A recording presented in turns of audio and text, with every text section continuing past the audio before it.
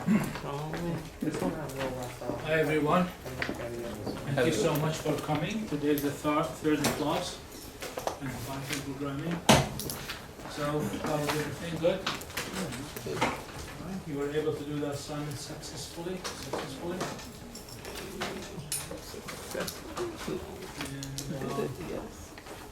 alright. So, last week we started talking about the basic components of Python. So we explained about the if statement, the loop statements, the while, the for loop, the variables, right? And today we're gonna move on. Just control the last couple of bits. Find out. Okay. So today we'll continue talking about a very important component in Python. That includes lists, tuples, dictionaries, and we'll talk a little bit about the time, okay, and decimal, the numbers and decimal. So 5 things we'll try to talk about today. As you know, as we agreed that the only way to learn programming is to write code, right? Write code. So please try your best to write code as much as we can, all right? For the assignments, I know it's a long assignment for some of you. Those are new to programming or did not program for a while. Maybe it's time consuming. For those who programmed a lot before, maybe they are very easy problems. Anyways, I mean, it's expected that people have different level in the class. As we move on, you will get used to it, and you will be happy doing these assignments. So just out of curiosity, let's say how many of you that it took them 2 hours to do the assignment? 2 hours, roughly, okay. How about 5 hours? 5 hours, 5 hours, that's good. About 7 hours. Okay. 10 hours. 10 hours, okay. More than 10 hours. Alright. So I think it's a person came from different background. It might need some time to do it.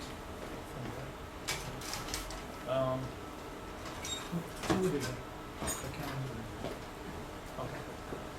So just you have to work hard if you have any questions, and I will send you the key for the answers for some profiles. All right.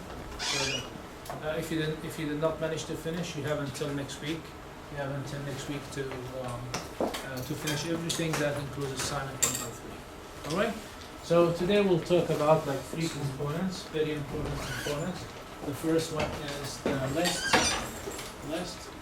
The second one is tuple, and the third one is the dictionary. Okay. So what is list? It's kind of array. It's a kind of array. So usually for the list, to create a list is like this. Okay. To create a tuple, we use parentheses, and for the dictionary is like curly parentheses. Example for the list. Okay. So you put, for example, call it for example grades. For example, grades. Okay. Equals 100, 90, 78, for example, 60. So that is a list. Alright? Okay, for tuple, okay, so for example, you can say teams. Okay, I'm not sure what we're gonna call teams, for example. Okay,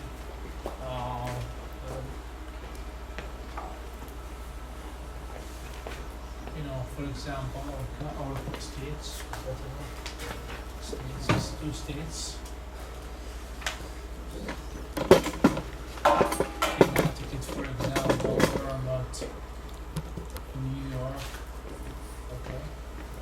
And then we have a dictionary. A dictionary has a key and a value. A key and a value. So for example, again, states, for example, states. Okay. You will have a dictionary and a value. So for example, you could say Connecticut, okay, colon, which is Connecticut, okay, comma, Vermont, VT, Vermont. Oh, this also will be like this, okay, and so on and so forth until finish, okay. So in here, to access any element, we're gonna access by index, right? So what is the index in here? 0. 0. And what's the index in here? -1. -1, right? Goes to -1, right? And in here, to access this, we're gonna access by index. Okay, and again 0 until -1, right? And in here, how we access it? By the key. By the key. So what we call this? Key and value. Key and value. Key and value. Alright? So we could create empty list, empty tuple, empty dictionary. Alright? You could append. Okay? You could remove. You could sort. There's a major difference that this is immutable. Okay, this is immutable. This is immutable. Mutable.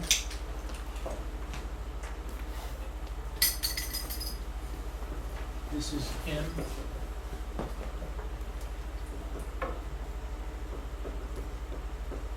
And like this, okay? And this is immutable.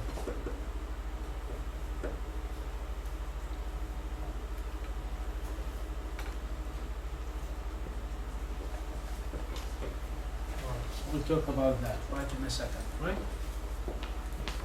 So these are the major, okay. We said that everything in Python is what? Object. Okay, so this is a list object. This is tuple object. And this is object. Right? Object means it's constructed out of class. So when you create a list, we instantiate the object from the class. Okay? So every class in Python is instantiated or inherited from one major class called object. Alright? Alright. So there is methods, or there is methods that we're gonna use. They are inherited from the main object. That's the whole lecture today. One more thing we're gonna talk about is the decimal. There's a library called decimal. Alright. What's the problem with using a float? First of all, when you talk about like when you say, for example, y equals 5. What is y? What type of y? Integer, right? Okay. When I say y equals 5.5, what is it? Float, right? Right. The problem with the float, you know, for example, the float, it will, the value keep changing, especially like the small digit in here depends on the system. All right. When you are dealing with the financial applications or financial applications, where you know you go like the 5th or 7th number after the decimal point makes a difference. All right. You have to be able to control it. Okay, so you're gonna do round up, round down. What you're gonna do with it has to be specific. All right. I'll give you another example. Okay. If, for example, if in my program I have to divide, for example, 3, okay, or 1 divided by 3, what's the value? 3.33333. Okay. 1, 3, 3, 3, 3. All right. Okay. So depends on the computer executing it, the value could be different. What is the significance, right? So you need to control that also. So we have the decimal library we'll talk about.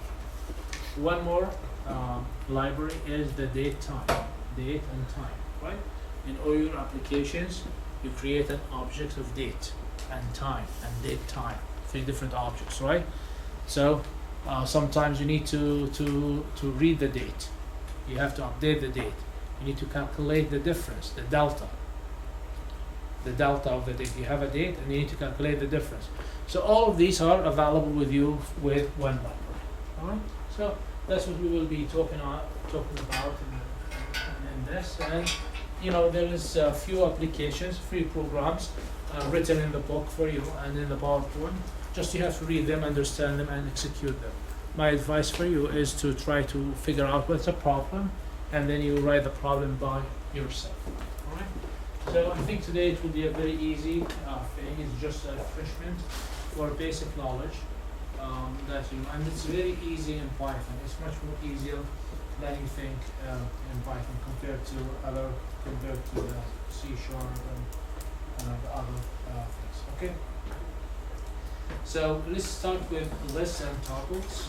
Okay, tuples, you could call it tuples or tuples. I mean, I heard people saying tuples, tuples. Okay. So basically, creating a list is very simple. You have to use the square brackets, and it could be any type. So, for example, Tim's is a list of floats. Inventory is a list of what? Text, strings, right? And movie is a list of different types. So there is a string, there is an integer, and there is a float. And always you could have an empty string. All right. How to use the operation asterisk for repetition or repetition operator? The asterisk in here, very simple. So if you need to create a list that has 5 zeros, you put the 0 and you multiply by 5, and that's what you have a list input. All right. Okay. So in C++, do you have a list? You have an array, right? So it's got kind of array. By the way, the listing here is a very simple thing, because when you go to NumPy and pandas, okay, it will become much more advanced. So in pandas, for example, you have something called data frame. Okay, data frame is like, it's much more complex, and it could hold data. When you deal with data, big data, okay, you're talking about like huge arrays, which has a lot of numbers. All right. So this is like a basic components that you need to do. All right. So in here you have like a temperature. Okay. So as we said, the index. I'll go quickly. The index starts from 0 until whatever number or -1 to the end. Okay. And you could access any one by the index. You could access any element by so in here, if you try, for example, temps of 0, it will read what? The 48. 0 equals -5. So we have explained that before, that for the indexing,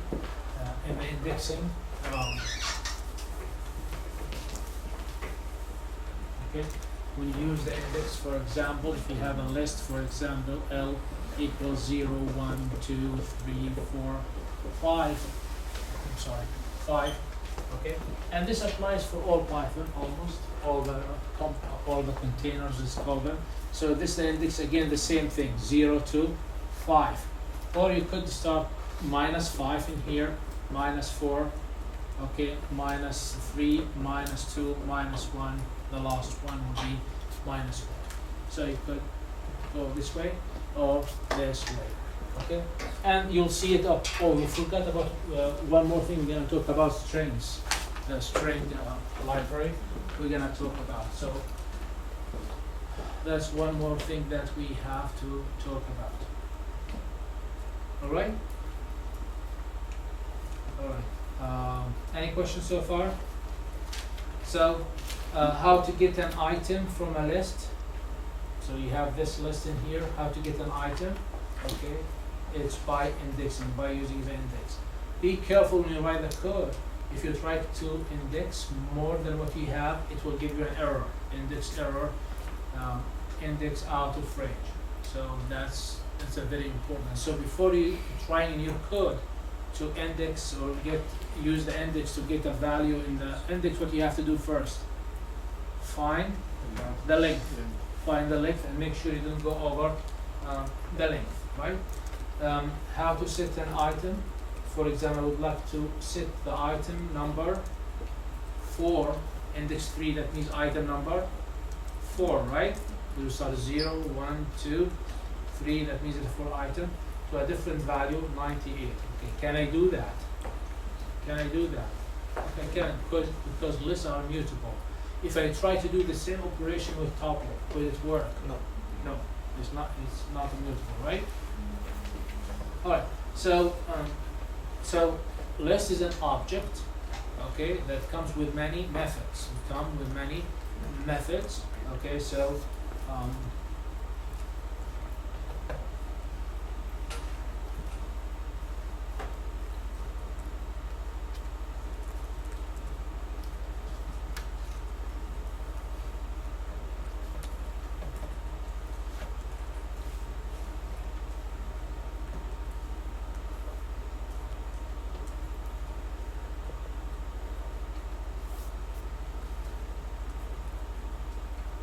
in here, for example, okay, if I create, for example, a list that we call, or we can call it L, T, equals, or whatever, okay, 0, 1, 2, 5, 7. This is a list, right? So if I do L dot, okay, so these all the methods come available for you to use. So you could use the append, clear, copy, count. Can you see? Extend, index, insert, pop, remove, reverse, and many, right?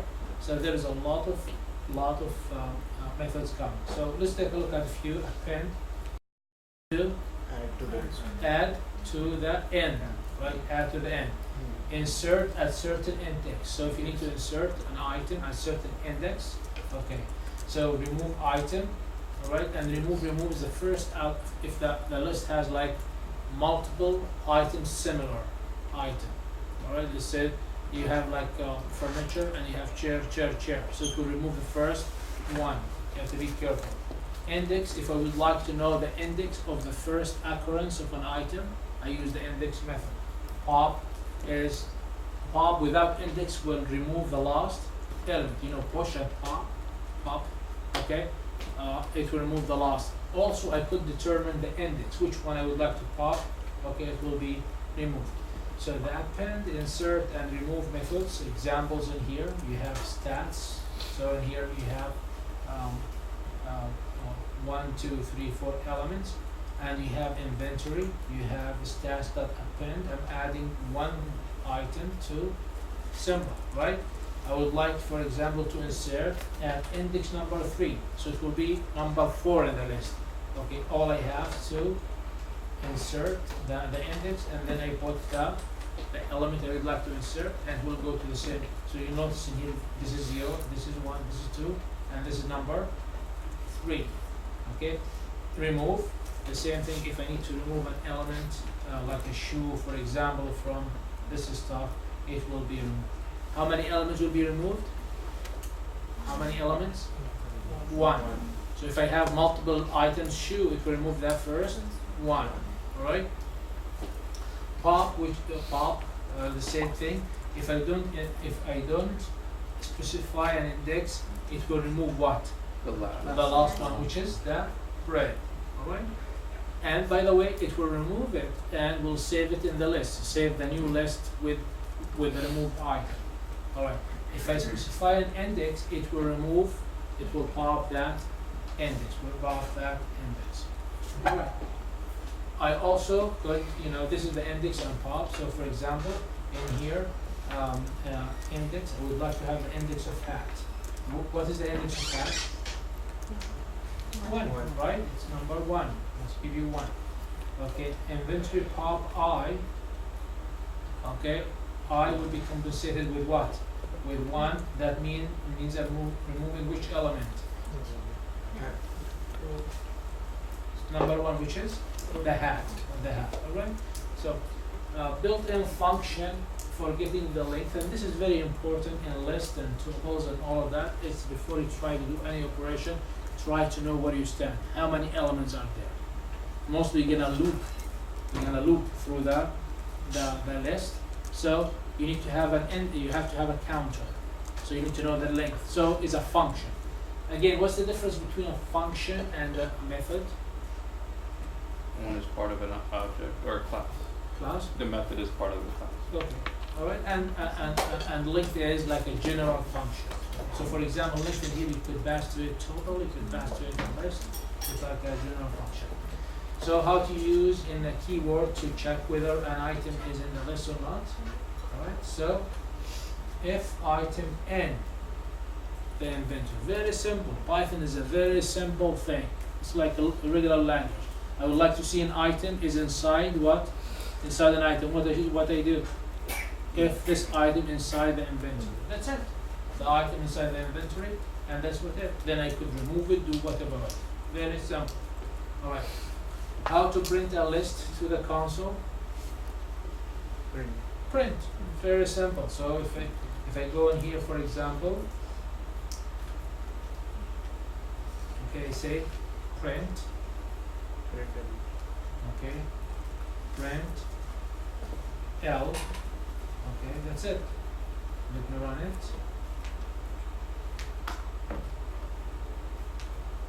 So it's printed that list in here. All right, very simple. I mean, okay. If I need to print it one in multiple lines, I have to create a for loop, for example. All right. Okay. One thing also you work on, because there's a lot of conversion in the right programming. So you convert from a list to tuple to data frame and pandas to numpy array. All right. Always you'll use a very important function, which is type. So we'd like to know what type of object you are working with, okay, before you create an operation. So very simple in here. If you, for example, print, okay, type of L, okay, and let's run it. So it tells you it's what? List. Okay. If I change this in here, now what is L? It's a tuple. Okay, let's run it. I told you it's a tuple. Alright. If I remove one, I put 0 in here. Let's run it. Okay, it's like a tuple. Anyways,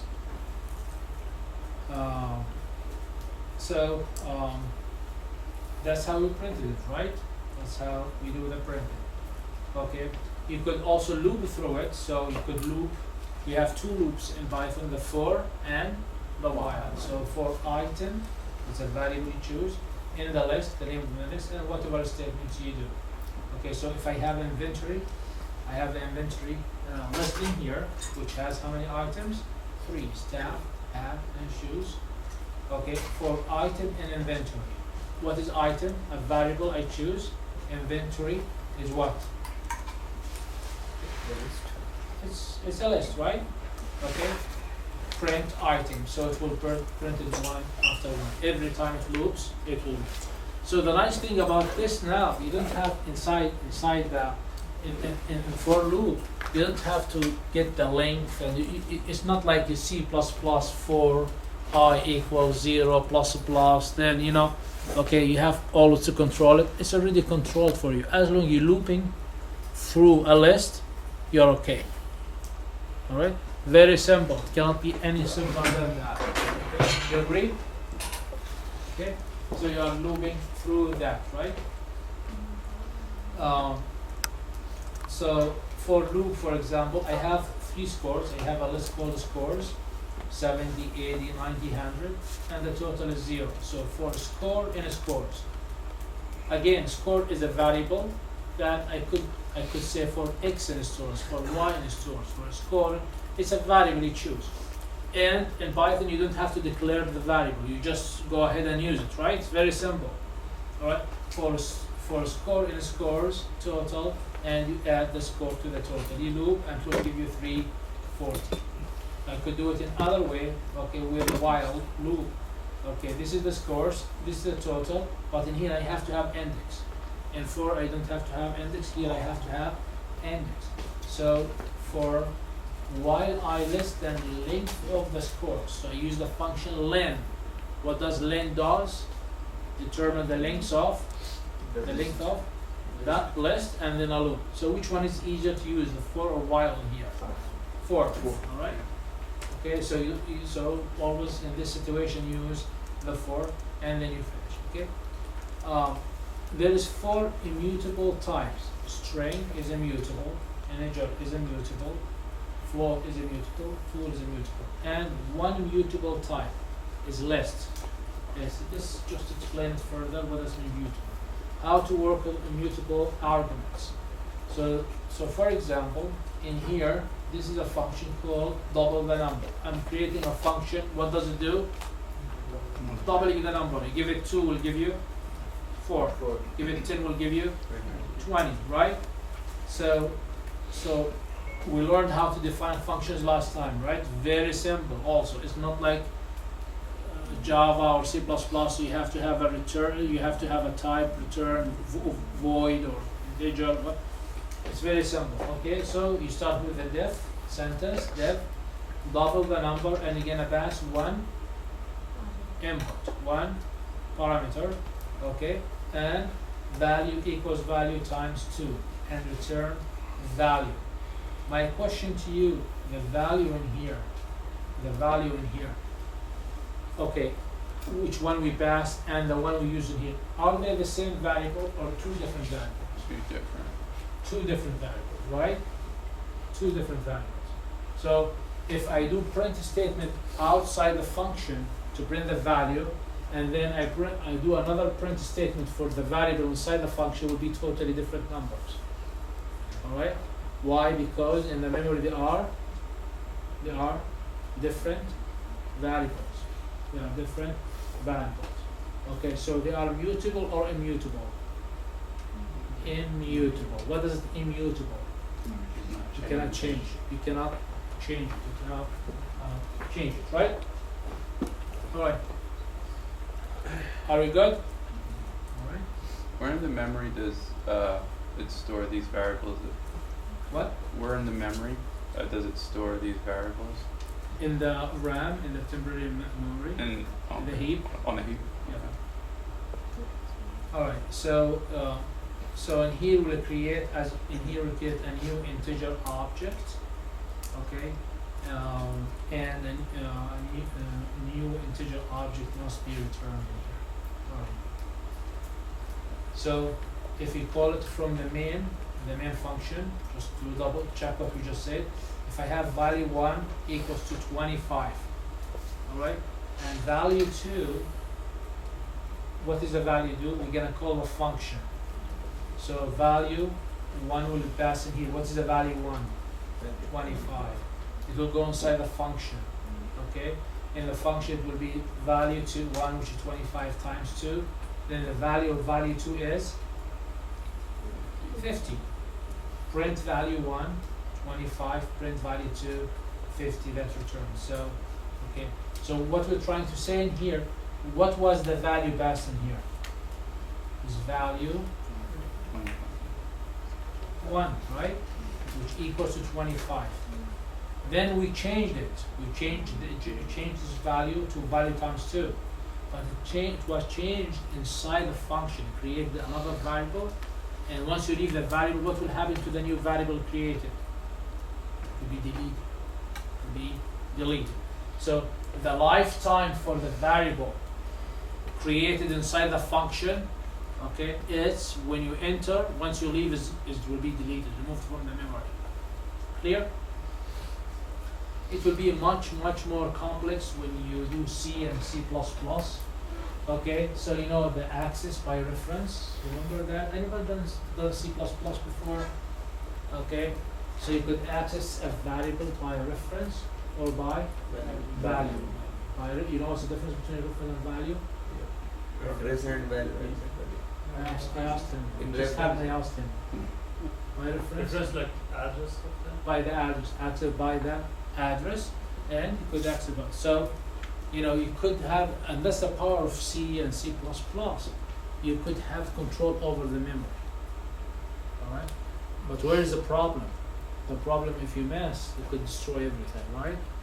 So when you create a heap and memory, okay, malloc, calloc, if you remember, you have to make sure that you garbage it. You have to do it manually. Then that was too much because you could forget, it could be out of control. Then we come with a new programming language like Java, for example. Everything will be created in the memory automatically and deleted automatically. So anyways, C is a very good language when you're trying to have the hardware level access. Okay? When you're writing operating systems and all of that, that would be a very good. Okay? The newer languages, I mean, it's just like AutoCAD. Okay? You don't have to worry much about how the memory is created. Okay? How is it populated? How is it removed? Garbage collection happen? It's kind of automatic for you, right? And same thing with Python. You don't have to worry about all of that. Same thing with Java. You don't have to worry about that. But when you go back to C++, you might little bit. You know, remember if you program new, so you have to create automatically everything in the heap, okay? And then you have to destroy it, right? Okay. Anyways.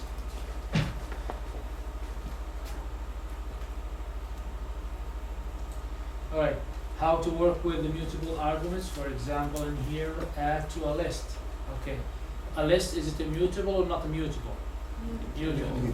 That means you could add to it, remove to it, and becomes permanent.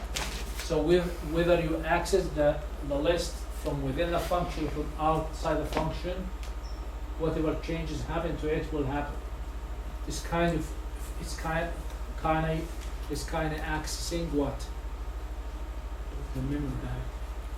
Going to the memory, right? It's not the. Alright. So in here, for example, add to a list. So you have the list name and the item. List append item. Okay, trying to append an item to the list. Let's take example. So if I have an inventory, I have 3 items: staff, okay, and hat and bread. Staff, hat, and bread. Okay, add to list. Add to list. What I'm trying to add to the list. Okay. Okay. Add to list is what? It's the name of a function. Has 2 inputs. What is the first input?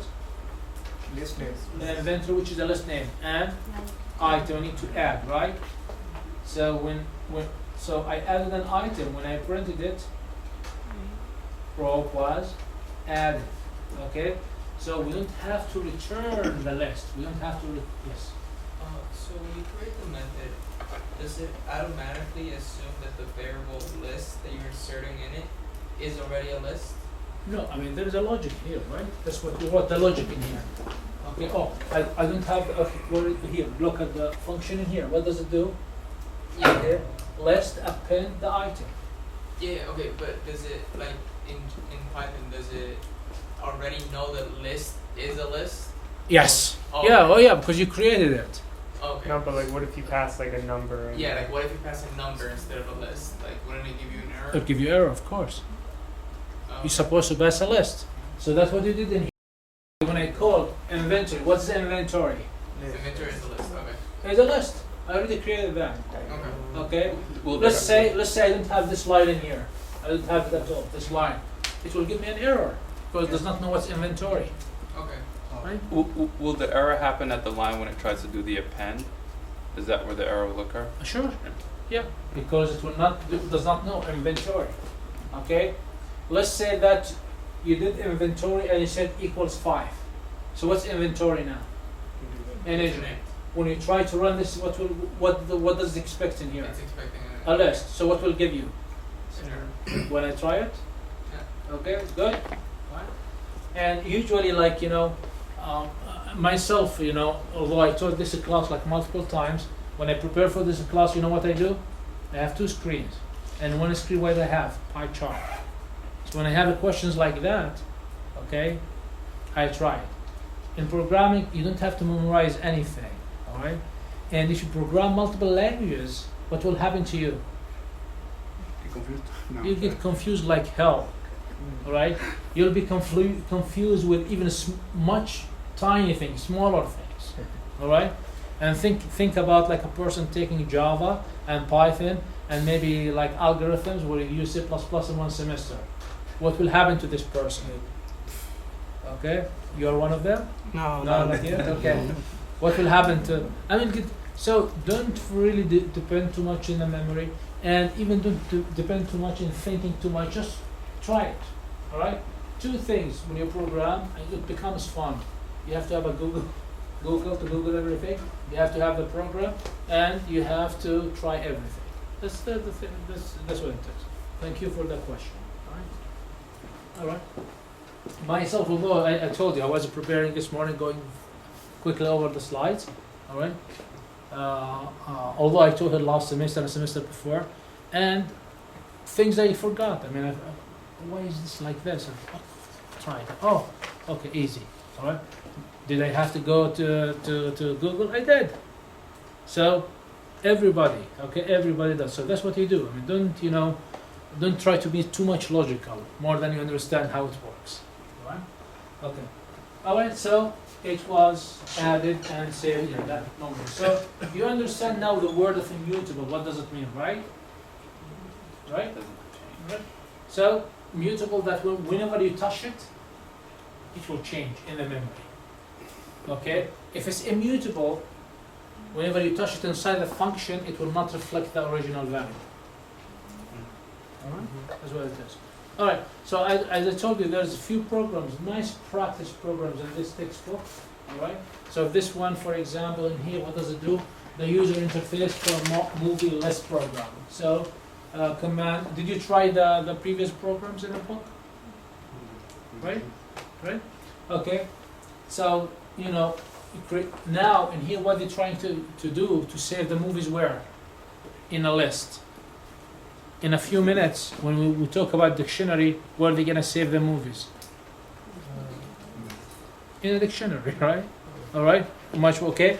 So, and you play with it and see what will happen, right? Okay, so I'm not going to go over the programs because they are available for you. Play with them, and I don't have, we don't have that. But if you have any issue to understand any of the programs, send me a message. Come to my office, call me, and okay. And by the way, the codes are available for you here, all right, and available also for you in the canvas. So you could just play with it and try to go over it. All right. So list is kind of one dimension. Now, if I have multiple dimensions, what I call it? List of the list. Okay, list of the list. Might be lists not the best way to create matrices. Okay, we're gonna go to numpy and pandas. Maybe it's much better. But for small programs like this, it's handy. It's handy. And by the way, there's tools to convert from to. Okay, so it's a very important thing to understand what's happening. Anyways, so in here, if I have like 3 rows and 4 columns, 3 rows and 4 columns. So students, okay. So students, Jewel. So Jewel is the name, and 3 grades, Mike 3 grades, right? Okay, and this is like with 3 rows and 4 columns. So the Holy Grail, 1997, and that's whatever, maybe in millions, how much generated. The Life of Brian, I think, 1979 to 30. The Meaning of Life, 1983. Who likes movies in here? Everybody likes movies? Good. You guys go to movie theaters and you watch? Yeah. Excellent. That's very good. Myself, I went to a movie theater all my life, maybe 4 times. Okay. The first one was Apollo 13, then Titanic, then I forgot another two movies with my children. All right. And the last 2 movies I took 5 breaks. Okay, I cannot sit for 2 hours watching a movie. I don't watch TV at all. The only time I watch TV is during the elections. Alright? And definitely this next year I will watch it. Okay, you know why. Alright, so I'm not good in movies, you know, even the celebrities, okay, I know a few names only, alright? So seriously, I am from the Stone Age. I mean, in that sense, I'm not good in movies. Anyways, alright, so that's a side note, has nothing to do with the course. So it's just okay. On the other hand, there's people who love movies so much. I had a friend of mine, remember like 10, 15 years ago, we used to rent the tapes, use tapes before the CDs, Blockbuster, I forgot, that was okay? Alright, so I had a friend one time, I visited him, and he was watching like a movie, and he's, whenever I took him, wow, let me watch a movie. And while he's watching the movie, predicting things, what we're gonna happen in the movie and all of that. So impressive, right? Okay. And I cannot talk while he's watching until the movie is finished. And I said, well, you're great. I mean, you have good production. I mean, he said this is the third time watching a movie. So a person like watching a movie for the third time and still enjoying it, it's like, anyway, it's not me. So we'll go, all right. So in here, how to add a list of lists. So for example, I have movies, okay, so how to do it, okay. So this is, for example, what is this? This is a list of the list, a list of movies, right? Mm-hmm. So each movie has like 3 elements, the name, year production, and income, right? Sales, right? If I need to add one more, so what I do, start with creating empty movie, all right? Then I append to the movie the name, is the name, then I append the year, then I append the amount. So now what I have one more movie. Then what I do with this movie, I append it to movies. Movies append the movie. All right? So it's a very simple thing. All right. How to access like an element? Again, is by 2 indices, right? We have the row index and the column index. 0, 0 means what? The name of the first movie. All right. Okay. When I say 1, 0 means what? The name of the second movie, and so on and so forth. So very simple to access. And by the way, I mean when I need, even we'll talk about it, when I need to access any element for tuple and for a list, I always use what? The square, right? Okay, the square. So if I have like a tuple, square 1. If I have a list, okay, 1. I don't use that. I don't use the parentheses. All right. Okay. All right. How to print 2-dimensional lists? Very simple. Print movies. It will print it for you. It will print it for you. If you need it to be formatted in a certain way, what you have to do? Loop through it, right? You have to have 2 loops and loop through it. So for example, in here, for movie in movies and for item in movie, and then you print. And you print it in the format you would like to have it. All right? So the user interface for the movie list, code yourself. Okay. Through 3 more list methods. Okay, count how many items repeated, count the items, and reverse. What does it do? Reverse the list. All right, and sort. And there is a key. Okay, there's 2 functions actually. There's sort and sorted. Sort and sorted. Okay, sorted is a built-in function. That means it works for tuples, works for lists as well, right? For strings. Okay, and there's sort, which is a method, right? So let's take a look example. I have num lists, list of numbers. How many items I have in here? 1, 2, 3, 4, 5, 6, 7, 8, 9.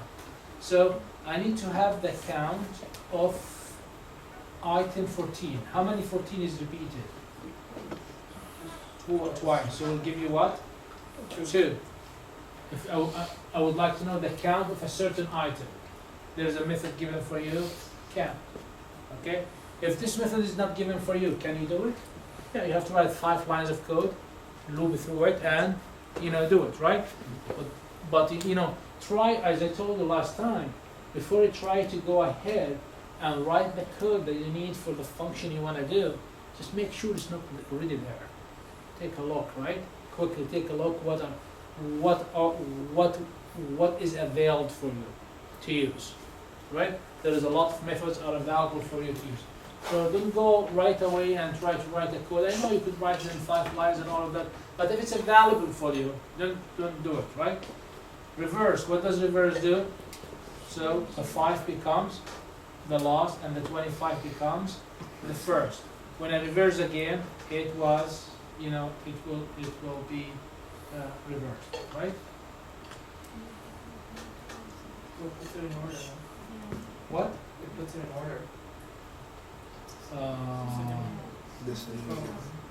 No, I think this is a mistake. This should be sort. Yeah. This should be sort. All right. Mm-hmm. Right. Sort. Okay. And then we'll sort it for you. All right. The sort method with mixed cases. So this is also like when you work with the strings. Small a does not equal to capital A, right?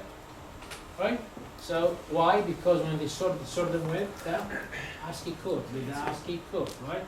Okay, so you have to do something about it. We learned about that before. Maybe you lower everything and then compare, or different ways of doing it. Anyway, so what you could do in here, for example, when I have orange, apple, pear, and banana, which one will go first? The pear. Why? Because it starts with capital P, and all the capitals come before the small letters in the ASCII table. You agree? Yeah. Right? Comes before, right? So this is not good. It's not a good way of sorting. It does not give me the correct, unless I want this, but I don't want that. I need to sort them, regardless of capital or small. Which one should come first? Apple, right? Apple. So I have to do something about it. So what I could do, sort, and then I put the key. What's the key? Is a function. String lower. So before you're sorting, what I'm doing for the elements, for the items, lowering them, converting everything to lowercase. I could use upper, no problem, as long as they are equal. Now when I sort, what do I have? What do I have? Apple, banana, orange, and pear. Okay? Sort function with mixed case lists, and the same thing. You could use sorted as well. Sort the same thing. You could use. What is the difference between sort and sorted? Sort is a method, right? Is a method. So how you act is a method. The name of the list, and then dot the method, right? Sorted is what? A function. So I have to pass to it to what is the first The list. the container, whether a tuple or a list or dictionary, etc. And what is the second one? The key. The key. All right. So very simple. So function or sorted. Okay. All right. 2 more built-in functions: min and max. What does it do? Minimum and maximum. Minimum and max. 2 functions. Okay, also there's 2 functions of the random module. Choice. Okay, what's choice? It will pick a random element from the list. Right? You have a list, has 200 elements. We'd like to pick one randomly. That means when you run it again, we'll pick a different number because it's random, completely random. Use choice. Shovel, what does shovel do? Shovel the list for you. So every time you run it, will shovel it for you completely randomly. Okay? That's a shovel. So they are useful. There's many others. Here we're just listing a few for you. This is the example. So you have this the list. When you say the minimum, what is the minimum value in here? 2. What is the maximum? 84, right? And then when I say, for example, oh, I have to import the random, I have to random library. I have to import the random library, and then I could use choice, okay, which is random choice, okay, from that, so we'll choose element randomly. And then we have the shovel. Then we'll have the shovel. What does shovel do? Shovel the items randomly. Alright, let's come to deep copy. Deep copy. Okay. Now, when I copy a list to another list, by default is not a deep copy. What does it mean, not deep copy? You'll have two names pointing to the same memory. Alright? So by default it's not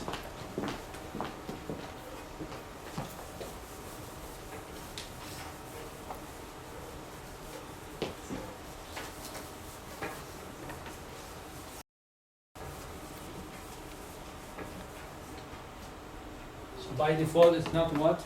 It's not. So you will have, for example, a list, okay, A, for example, A equals 5, 4, 10, 11. Alright, I create another list called B, okay, and this equals A. So what I did in here, B, it points to where? To A. That means if I go change this to 6, okay, also the first element in B will be changing. It's the same thing, the same place. It's not a deep copy. It's just I'm creating another pointer. I'm creating another pointer to the list. Alright?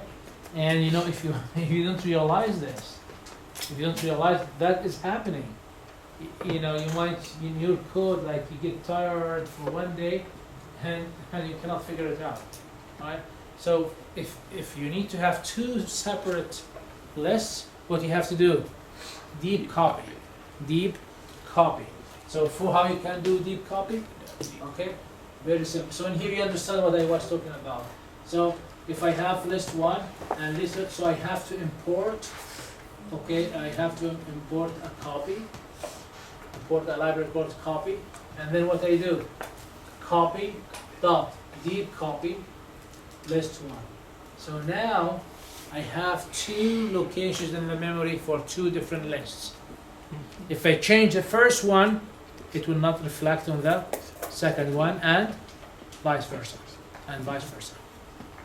All right, copy and deep copy, copy and copy and deep copy. Clear? All right. So moving on, okay, how to slice a list. How to slice a list. What does mean slice? Take portions of it. I think we learned that last time. It's the same rules like we did with strings. Same rules, same indexing technique. Just refresh your memory in here quickly. Okay. So my list is okay with a start, end, and step. Start starts from 0 and end minus 1, right? Or minus 1, right? And the step. So for example, if I have the numbers in here, has how many elements? Let's count. 1, 2, 3, 4, 5, 6. If from 0 to 2, which one will be printed? 0 and 1. Why? Because the end is not inclusive. The end is not inclusive. The start is inclusive. And you know what's the step, right? So in here, for example, we have start only. That means the end is what? Minus 1. Till the end, right? So printed from 4. Where is 4? The 60, and then the 62. Alright? If I say number, colon, minus 1, that means it will start from where? From the back, okay? And gonna go until the beginning. Anyways. Alright, so how to concatenate. What does it mean concatenate? Add together. And last time we spoke about operator overloading, like the plus in here. We used a lot, right? So with the strings, what we did with the strings? String plus a string, what does it do? Concatenate, right? Same thing in here. It's like operator overload. Okay, it's the same, very same thing. So what you do, okay, you combine inventory with chest, I think. So chest and inventory. You could combine them together, and then combine them together, okay. Okay, so you know the R they will concatenate to become one. So you see in here it becomes one. Now let's move to tuple. Okay, so how to create a tuple? We don't use square brackets, we use parentheses. Alright, so for example, stats in here, tuple with 5 floating points, tuple with 6 strings, tuple with the with the source, the data of the movie, with data that it's like multiple different types. So string, date, for example, number, float, right? Okay, so how we access the same story, everything the same as list. Okay, everything is the only difference. Okay, you cannot change it. So in here, for example, herbs 1, I'm trying to change it. What tuple object does not support item assignment. You can once you create the tuple, you cannot change it. You cannot assign a value for it. It's a tuple. Alright? You cannot assign a value for it. So if you want to create a static list, what do you do? Tuple. Okay, tuple that will not be changeable or will not change. All right, so code that unpacks. Okay, I mean, so for example, in here, tuple 1, 2, 3. Okay, and if I need to assign them to a value, it's very simple. So this is tuples 1, 2, 3, and this is like a weird statement. Like we don't see it in other languages. Like for example, A, B, multiple assignments. You could return the tuple, whatever, 1, 2, 3. So the 1 will be assigned to the A, and the 2 to the B, and 3 to the C. Okay, that's an multiple assignment. Function that returns the tuple. And here, for example, you have a function, whatever the function, get location, for example, and you return 3 values. In C++, for example, or in C or Java, when you return how many values? 1. You return a value. In here, you could return a tuple. What is a tuple? A group of values. A group of values. So as you see in here, when you say return x, y, z, x, y, and z will be a tuple. Okay? So that's what you do. Give a tuple.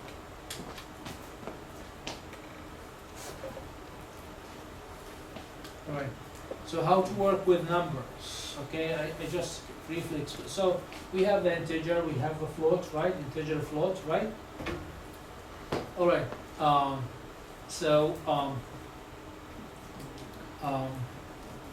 Anyways,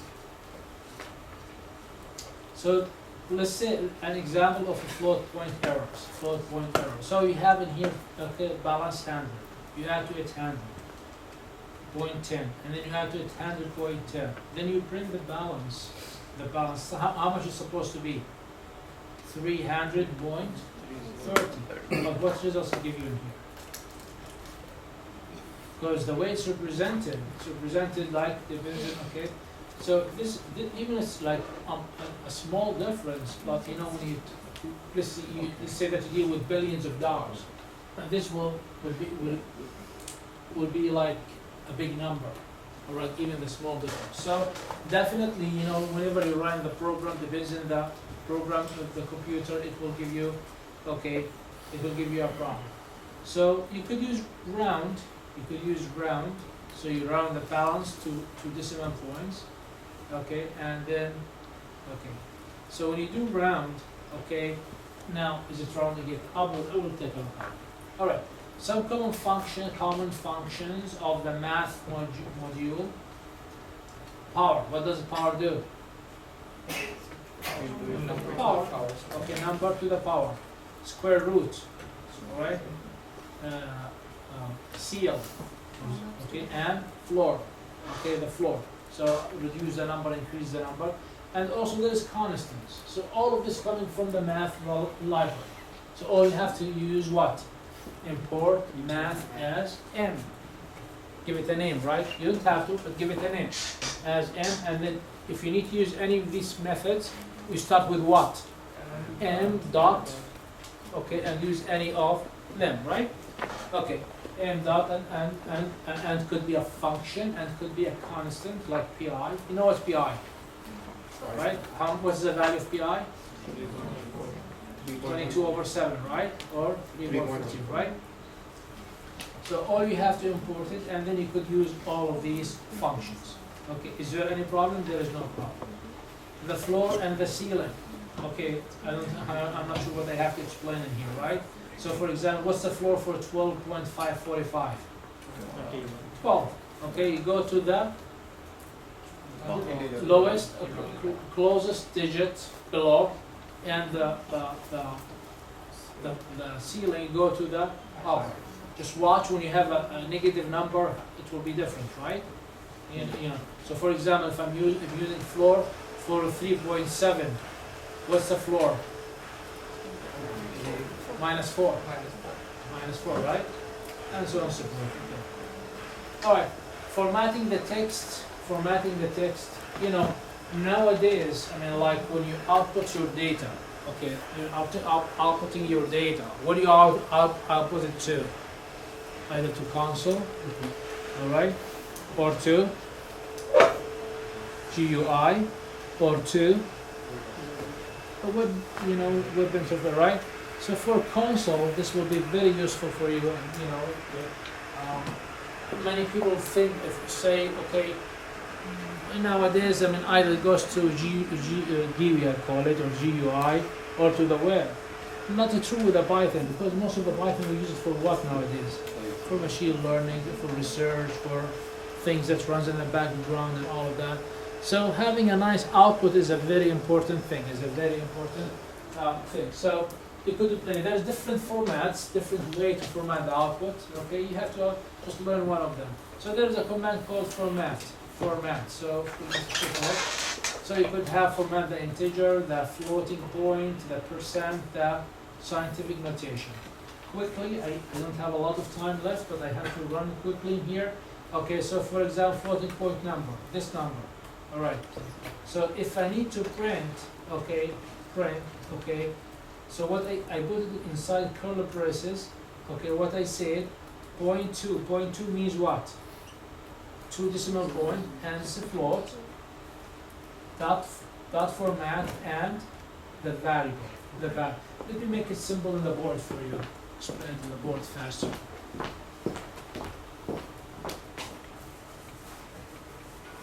Okay. So let's say that I have A equal 3.1, okay, and B equals 5.2, and so on and so forth, right? So when I need to print,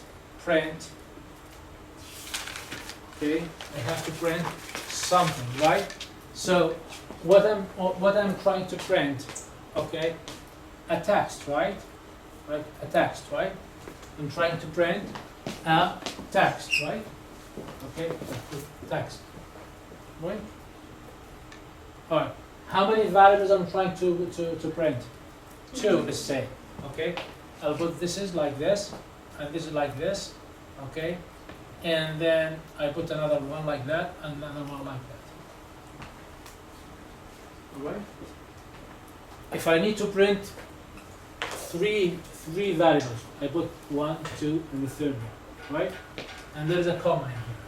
So in here, what I'm trying to say, I need 2 decimal floats and 3 decimal floats. All right.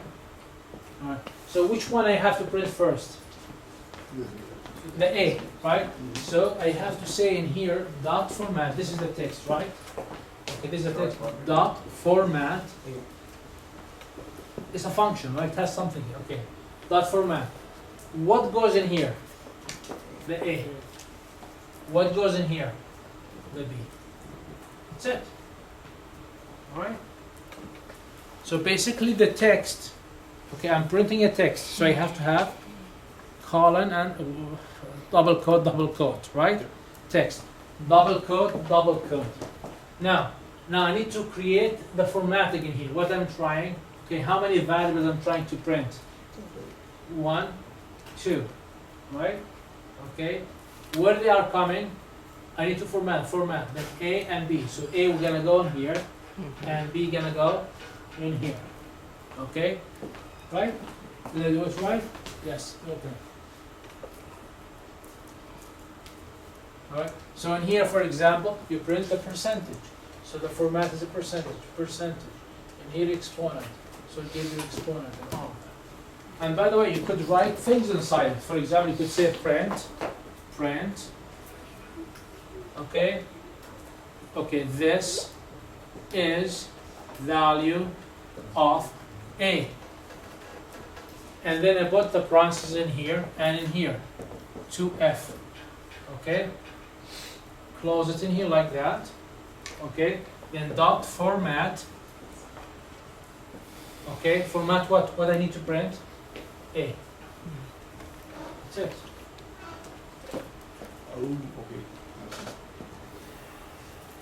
So I printed only one variable. So you put any text you want, right? Okay. Just play with it and it's very clear, right? Alright. Okay.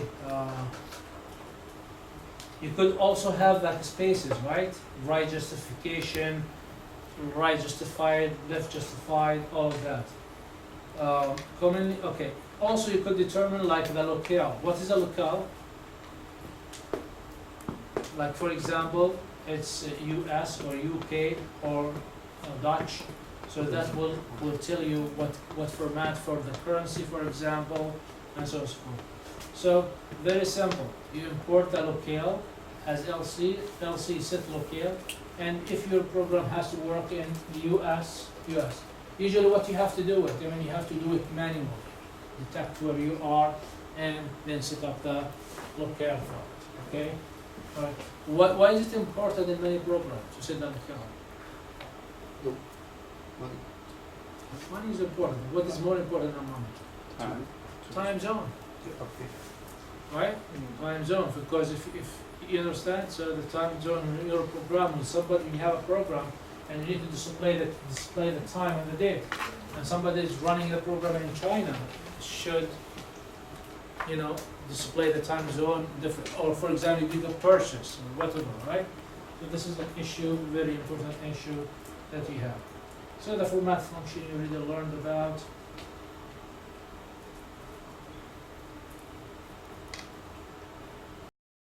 Programs written for you. Okay, strings. Let's have a break for 5 minutes and we'll come back. So I need to get like Right. like a shell and that. So let's go.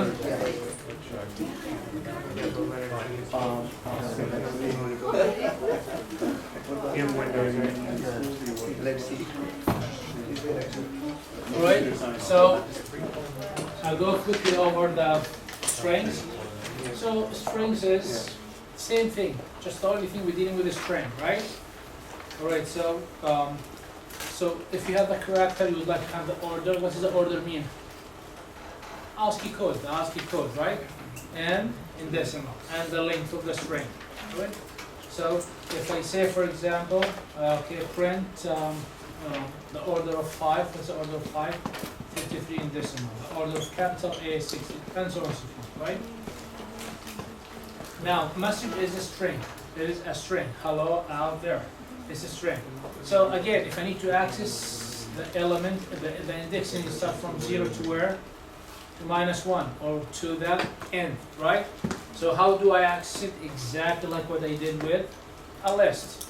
Exactly like what I did with a list, right? So each letter has index from 0 until to the end.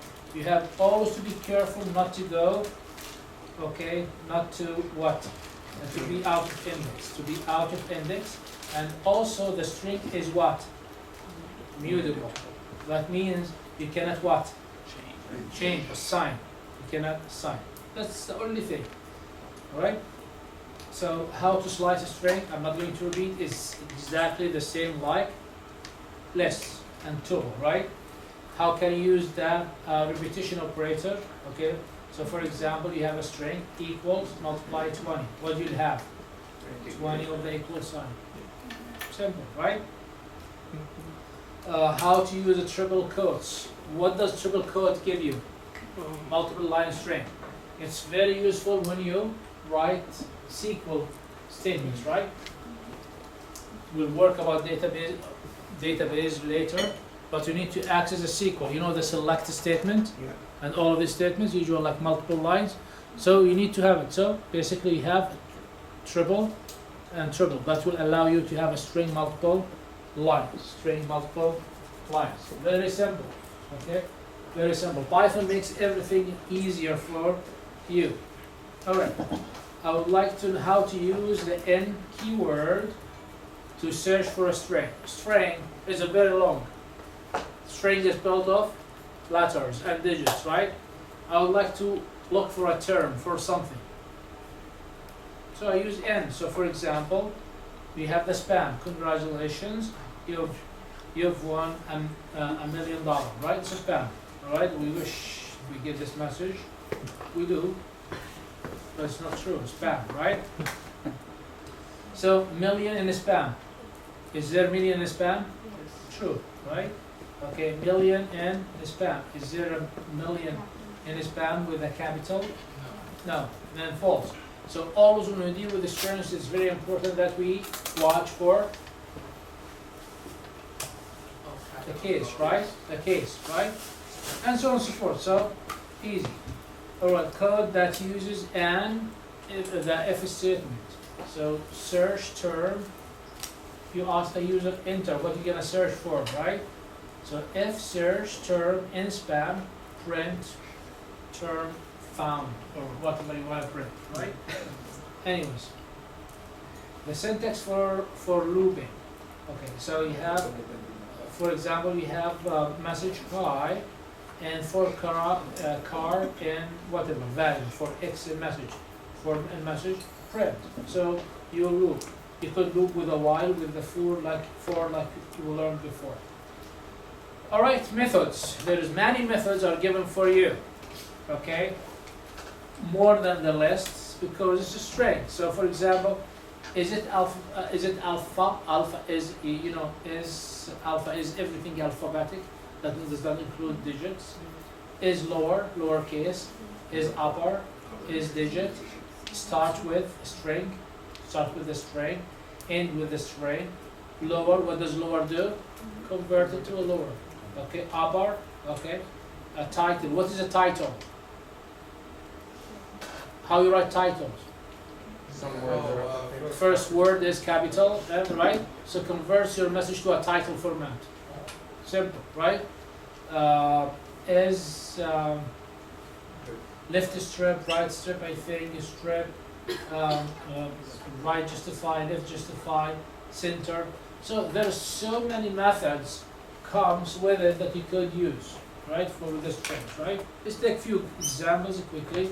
How to check if a string contains all digits. How to check if it contains all digits. So entry, does it contain all digits? Yes. So how do I is digit? We'll give you true. Okay, how about in here? Okay, what does it say? Okay, title dot start with the. True. Does it start with the? A term. Okay. Movie, for example, in here. This is in here. Is it a title format? No. If I do movie.title, it changes it to what? Title format. Starts with a capital. Each word starts with a capital letter. How to strip white spaces. Strip. It will strip the white space. Okay. In here, left justify reserves 14 location, and in here, right justifies reserves 10 location. That's why you were able to format the output. Right? The find and replace. whenever we work with string, we have to find and replace. So you could find, and so for example, in here, and I'll go quickly over it. Okay, usually when you write your code, let's say that you're writing a form, right? Asking students for the phone number, for email, for information, right? It's not enough to ask this user only for the information, you have to verify it. So if you are requesting, as an example, an email, you have to check what? It has the at and the dot, at least one at, right? It has, for example, my email is abusnain@bridgeport.edu. I have to have at least one at and at least one dot, right? So you need to check for that. If somebody enters an email which is not valid, you have to give him a warning that you entered wrong email. Clear? For the phone number, if you are in the United States, so how many digits you have to have? 3 plus 3 plus 4, which is 10, right? If you force the format that has 2 parentheses, you understand, okay? So all of that by code. You have to take care of all of this in your code, all right? So how you take care of that? What you are reading? String. So you have to be able to read the string and manipulate it. Check if it does have the at sign, those dot, how many are they in order, etc., right? And you have to be. So that's what it is find and, for example, replace later. So for example, you have email. Is this a valid email? No. Why? It has at, no problem, but the dot has to be after the one dot after the at, right? So that's what they did. At index email find at gave you 11. Very good. I have at index 11, right? Then I said find the dot. Okay. After what? After index 11. The dot has to be after the at. It gave me what? -1. It did not find it. So this email is valid or not valid? It's not valid email. And so on and so forth. So you have to play with it and learn how to do it. Replace examples, for example. Alright. So what is this? For a number, right? I would like to replace, for example, each dash with a space. Or what? Or serial number. Give you this.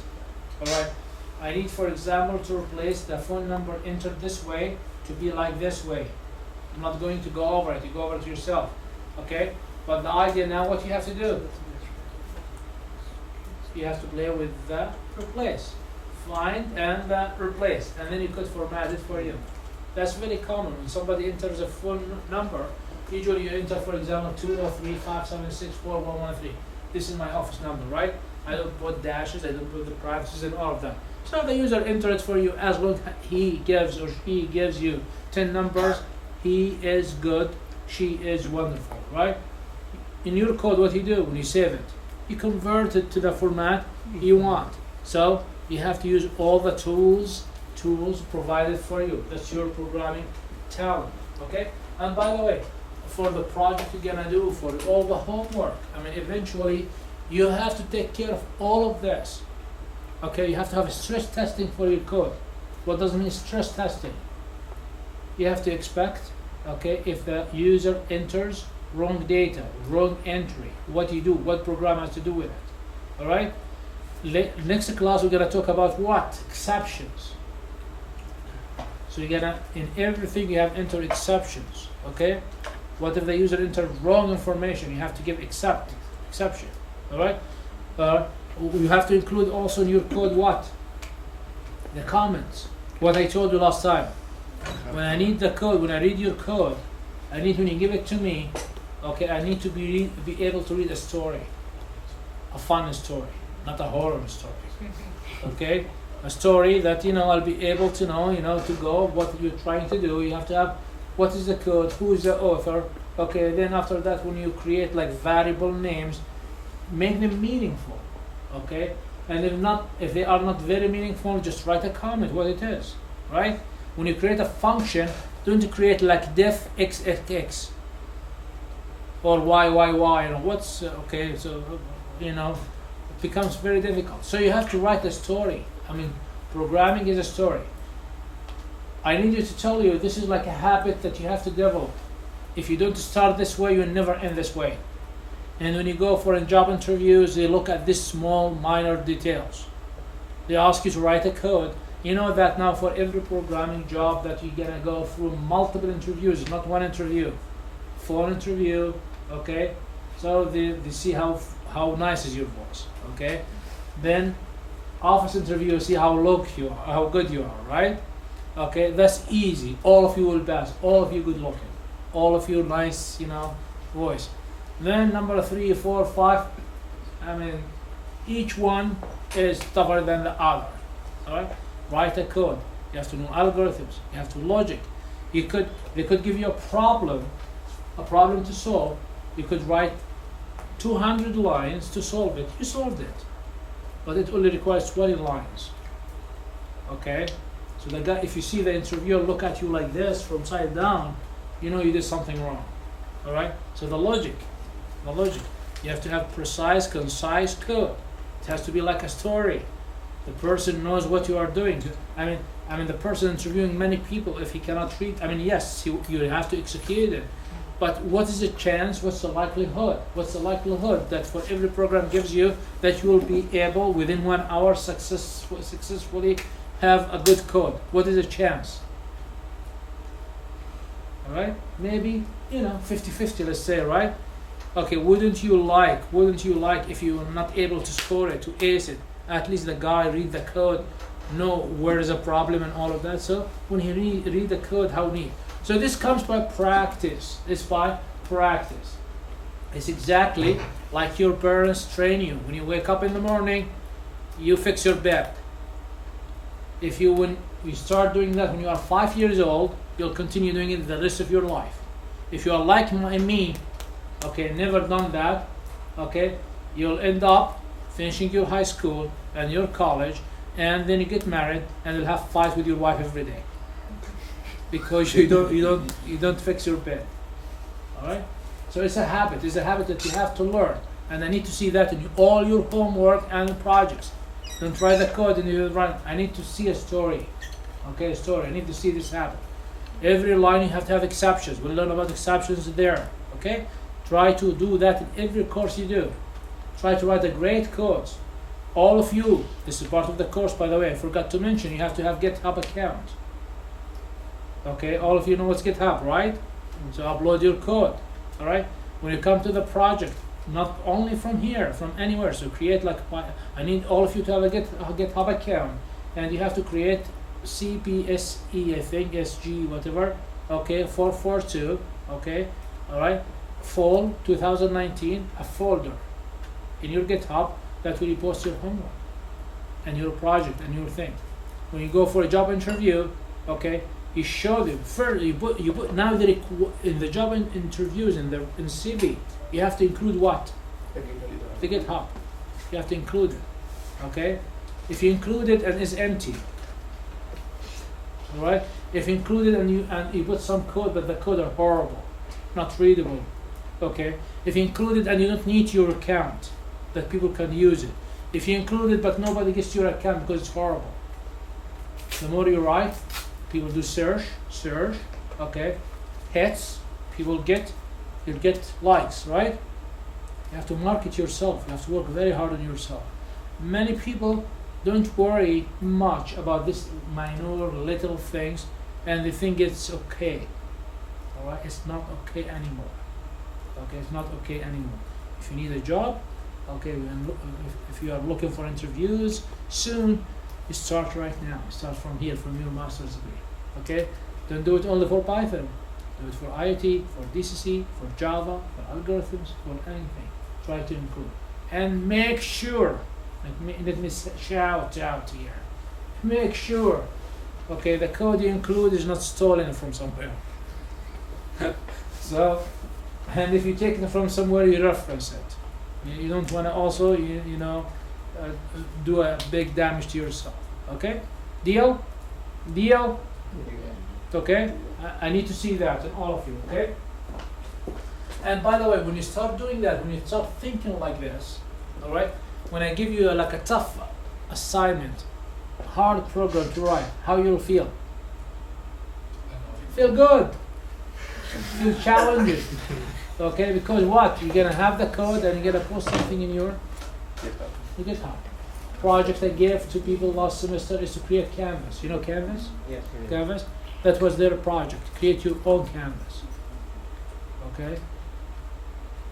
So think about a person was able to create his own Canvas, all these menus and all of that, okay? In his own way, in his Python, posted there. We go to job interview. What do you think that person interviewed him will say? Great. Right? So start right now, building your CV. CV is not anymore a piece of paper, 2 pages. You agree?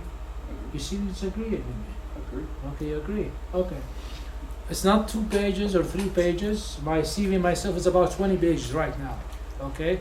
Alright? It has no value. It has a value, but not value like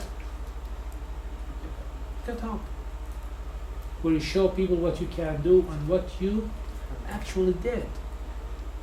Okay? Not copied. Did. Alright?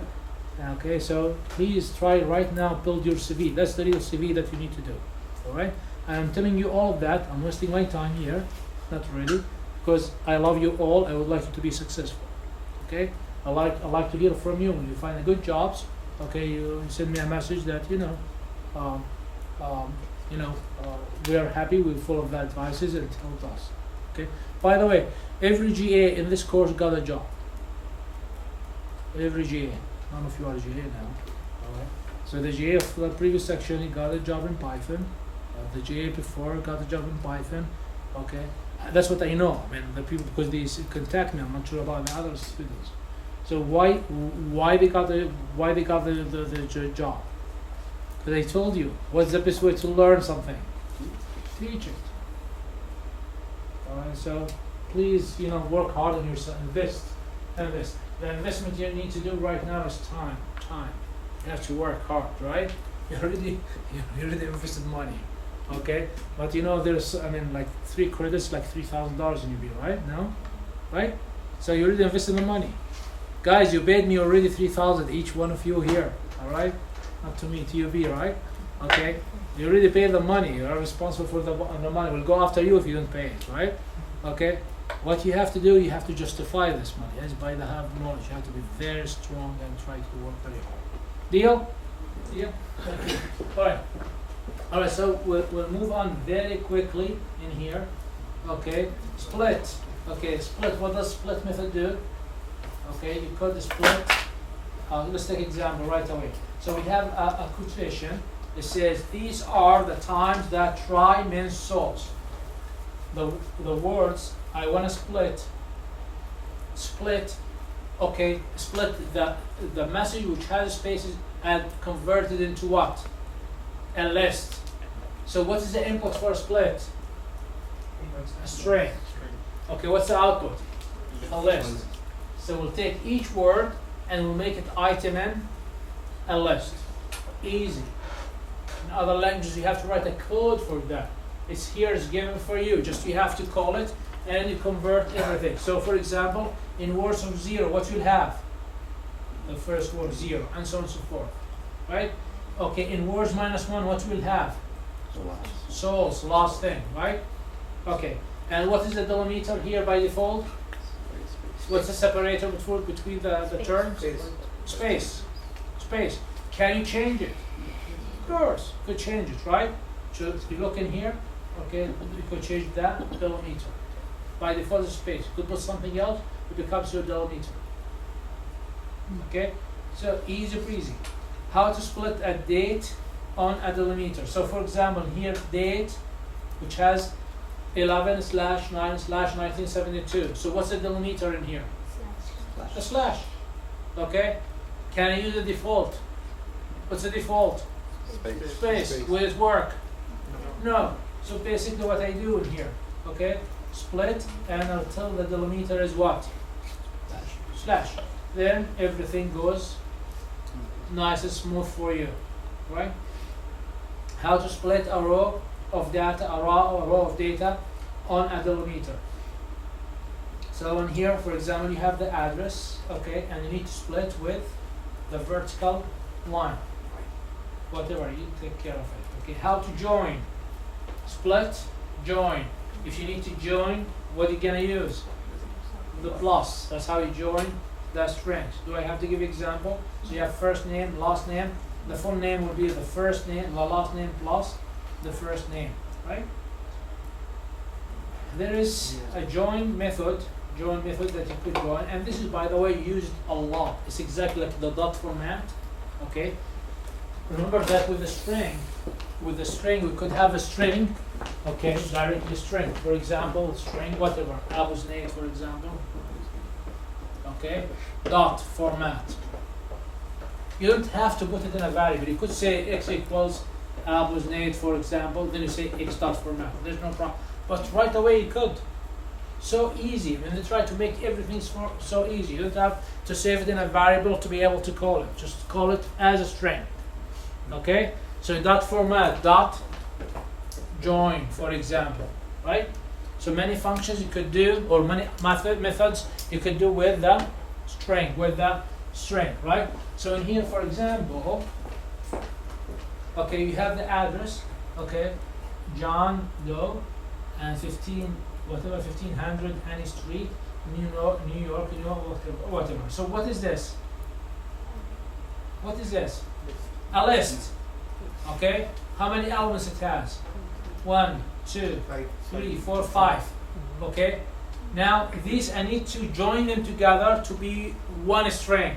How can I do it? So what I'm saying, join this list, the elements of this list, with a vertical bar, with a vertical line. So that's what would be the output. So what does join do? Join the elements of a list to the text. Okay? How to join the characters in a string. So you have the same thing. Okay? A common error when using join, anyways, so I could take a look at that. I don't have time. Okay, how to work with dictionaries. The last thing, or there's two more things, dictionaries. So dictionary, what we say, what's the difference between dictionary? We don't use index, what we use? Key and value. It's a great addition in Python. It's a great addition. It has so many applications. Okay, key and value. I mean, like you have the key and the value. Let's take examples. So for example, countries. In here, the key is the short, the abbreviation, and Canada, US, United States, Mexico, right? In here we have numbers. So 1 and 1, 2 and 2, 3. Okay. So the key could be a text, it could be a string, it could be integer, it could be float. The same thing with the value. Do it the way you want. The most important thing, how you are indexing by the key. You are indexing by the key. And here we have movie. So name, year, price. So you could have even different types. So different types. Okay, the values could be different types in one dictionary, right? And then here you're creating an empty dictionary. So print, and when you print, it's already like you print a list, print a tuple, print a string, and print a dictionary. It will print it for you immediately. You don't have to work very hard to print it. So when you print countries, MX for Mexico, CA for Canada, US for United States. Very simple, right?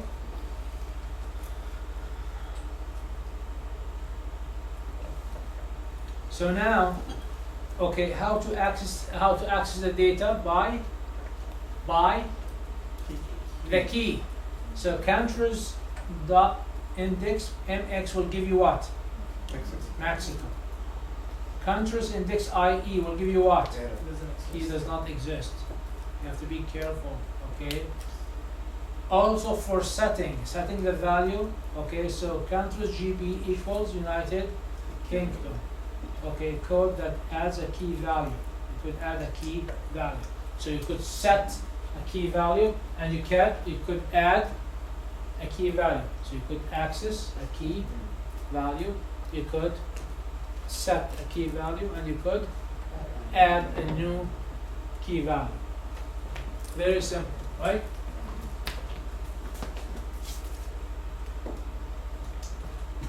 So, before you access a key, what is the first thing you have to do usually? You have to see if the key existing, right? Okay, so in the list and in the string, which key we have used, which function we have used? N. So if code in countries, for example, exists, okay, then you could print it, else do something else. So the N, we use it with the strings, we use it with list, we use tuple, the N. Very simple. It's a very simple, okay? You could use the get method of a dictionary object. So get the key and the default value. Let's take example, for example, in here. So countries get MX. So the key is MX and will save the value where in the country. Okay? The nice thing about get, if it does not exist, you could have a default value. So when you try to access a key normal way which does not exist, what does it give you? Error. You're trying to access a key, trying to read a value for a key does not exist, but it will give you error. Okay, so if you type, for example, C equals countries, Connecticut or whatever, US, and it's not existing in the dictionary, this will give you what? An error. Better way to use the get function. So if it does not exist, you could put what? A default value. So if it finds it, will tell you what's the value. If it does not find it, will tell you it's unknown. So in that sense, using the get method is the best way to save yourself from errors. The get. Okay?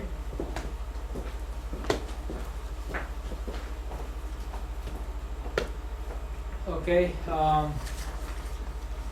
so what if you need to delete an element, a key and a value? Okay, so you have a function called del. So del counters mx. What does it do? It removes the key and the value. Okay, del ie. What will do? It will give you an error. Why? It does not exist. It does not exist. All right. So what you should first do, I mean, you need to prevent that from happening. Okay, you should make sure if it exists with the n statement, and if it exists, then you try to delete it. Be logical. Be logical.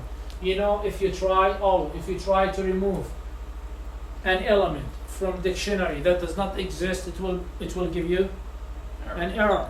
So what you have to do first, make sure it does exist. If it does exist, then try to remove it. If it does not exist, do not try to remove it. Alright? Same thing with a string. If you're trying to access an element or index which does not exist, what will give you? An error. Don't do that. What is the first thing you have to do? Get the length of the string. And whatever index you try to access, make sure it's less than the length. Less than the length. If the length is 8, what is the maximum index you could have? 7. Okay, so use your logic. And better than all of that, all of this operation, you put it inside what? Inside which code? Which block? Try. So try. In case there is an error, will give you what? Exception. Because if there is an error in your code, the whole code will crash, right? But if you put it in such try except, it will not crash. You have a solution. You tell the code, if this problem happens, do something. Don't crash the code for me. Alright? Alright. So we have to focus on that. So you could pop a key. So the dictionary methods for deleting items, you could use pop the key. So for example, In here what you said, countries, pop US. So it will delete the United States. Pop IE, it will give you a key error.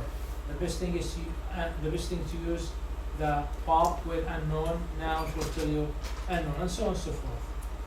Alright, so now 3 dictionary methods for getting all the keys and values. Alright, so now what's the story here? What's the story?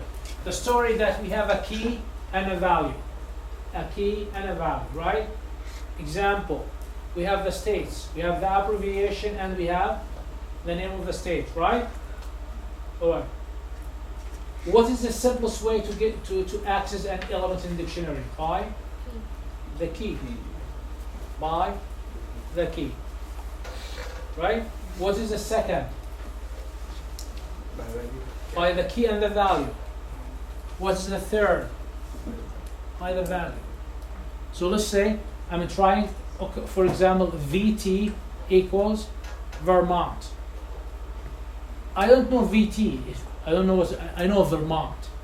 So what I'm trying to access the record by what? By the value. So that will give you. So you could access by a value and a key, and by the key, by a key and a value, and by the value. All the 3 available for you. Alright? Before I move on, list, string, tuple, dictionary, what we call these? Containers. And what they should have? Iterators. What does it mean, iterators? That you could iterate, you go from one element to other element to third element, right? Yep. In other programming languages, you write these iterators. In here, they are available for you, right? How did you know? You see the N? It's because of the iterator, right? You need iterator, right? You have to iterate from the element. In the loop, for example, for car in a string column, did you have to write the iterator? It's written for you. You're using it. Okay? So it's kind of like high level programming. It's written for you. So now we need to, these we call them containers, and they have iterators. You could iterate through them. Okay? So for the list, we iterate through what? Indices. Tuple, we iterate through what? Indices. String, we iterate through what? Indices. Alright? In here, we iterate through what? Keys and values and keys and values. Okay? Clear what I'm saying? It's end of the class. Myself, I'm confused. So I'm sure you are confused too. Alright? Are you confused? No? Good? Alright. Alright. So let's take a look at the keys. So very simple. Okay? For code, it's your own value. Call it X, call it whatever. In countries.keys. So now we are iterating it through what? Through the keys.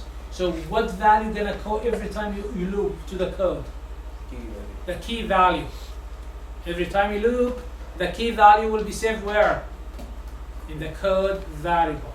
So in here, print code, and then counters of the code. Very simple. Very simple. Iterator is created for you, just use it. You don't have to worry too much. Dictionary, this dictionary could have 1,000,000 elements, no problem. The iterator is written for you. Okay, go through the key. Simple. Alright. The second example is code that unpacks a tuple as it loops through all keys and values. So in here we don't use keys. What we use? Item. Alright? What is item? It's a key and a value. So when you loop through the item, it's going to return how many variables for you? 2. What is the first one? Key. The code for the key and the name for the value. So every time in this iterator I loop, I'm going to get 2. What are the 2? The key and the value. Very simple. Save it in 2 variables. Neat. Easy. Not complex. Python made everything simple for you, that you focus in your logic. What logic we're talking about? of your code, your program logic. Don't focus in on writing the syntax. It's ready for you. One more remain, which is by values. So for name in countries.values, print the value. Here printed the values for you. Very neat, very neat. Dictionary is really written very well. They function very well. Right? You could iterate in 3 ways and get the values. Very simple. Alright? So you don't have, I mean, if you need to create a dictionary in C++, you need code that much. Okay? To create the iterator, you need code that much. Already for you and written for you by which language? C. It's written for you by C. Python is written by C, right? C++, right? So it's written for you just as like use it, right? Are we still friends? So built-in constructors for creating dictionaries and lists. What is constructor? I'm sure all of you know what's constructor because you have done Java before. What's a constructor? Way to construct an object. The way you construct an object, instantiate the object, right? Okay, in 2 classes we're going to learn about object-oriented programming. So there's constructors. In some languages there's also destructors. Luckily in Java and in Python there's no destructors, only constructors. There is destructors actually. Okay, constructors, but that's the most important thing. How to create an object from class. So why we call it constructors? Okay, because list is in a class and dictionary is in a class. So in here what we're trying to do, we're trying to in the list, we're trying to convert a dictionary to a list. The second one, what we're trying to do, convert a list to a dictionary. So now we're switching from dictionary to a list and from list to a dictionary. It's given to you, just methods, call and use. Okay, so let's take examples. So for example, countries in here, what is this?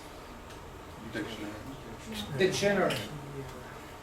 So if I need to take the codes, so lists, okay, you see the list, okay, so I have countries.keys. What will give me countries.keys? Can give me all the keys. And I convert them to the list. So codes, what is codes now? Is a list. Now if it's a list, I could use all the methods I could do with lists, such as Update. sort or update or add. So codes that sort, okay, and then okay for code in codes, print code, and then I print the dictionary. All right. So what I did, I converted the keys to the list. For what? For sorting. All right. I sorted the keys when I converted them to the list, and then I printed them sorted in this example. All right. Bottom line, what I did, I saved all the keys in a list. For sorting reason, purpose, for different purpose, it does not matter. I was able to collect all the keys, put them in the list. Okay? You could use it for any other logic you want in your program, right? Okay, let's take a look at this, okay? So you have countries. What is countries? Dictionaries. It's a dictionary, right? All right. So countries, okay. Countries is a dictionary or a list? It's a list. It's a list. All right. And how is it written? GB United, whatever, Great Britain, NL Netherlands, DE Germany, whatever. Okay. All right. So I need to convert this now to what? Dictionary. So the GB or the first element in the list, okay, it's like the key, and that value it will be the second, right? All I have. So when I have list of lists, very simple. I pass it to dict, it converts it to dictionary. So counters now is what? A dictionary. When I printed it, it's printed as a dictionary. How do I know it's a dictionary now? from this one, you see this one? This one here is a dictionary. How can I check if it's truly a dictionary? Print type, and Countries. country. Okay, good, no, it's a dictionary. So I can go convert. We can convert from list to dictionary and from dictionary to list easily. It's just a matter of calling of a method, a function. All right. Do you have to have a list of lists in order to convert a list to a dictionary? Sure, because like you need to have a key and value. Anyways, I'm gonna jump right away to the last thing, which is the work with dates and times. Quite often that we work with dates and times, right? Okay, so for that there's a library for that you have to call. Okay, so two methods of the date and date time class. So for example, date, okay, date today will give you the date today. Date time now will tell you the date and the time right now. All right? Okay. This is, you use it, for example, if your program is creating an invoice. Somebody purchased, right, and you're creating an invoice. You need to date your invoice.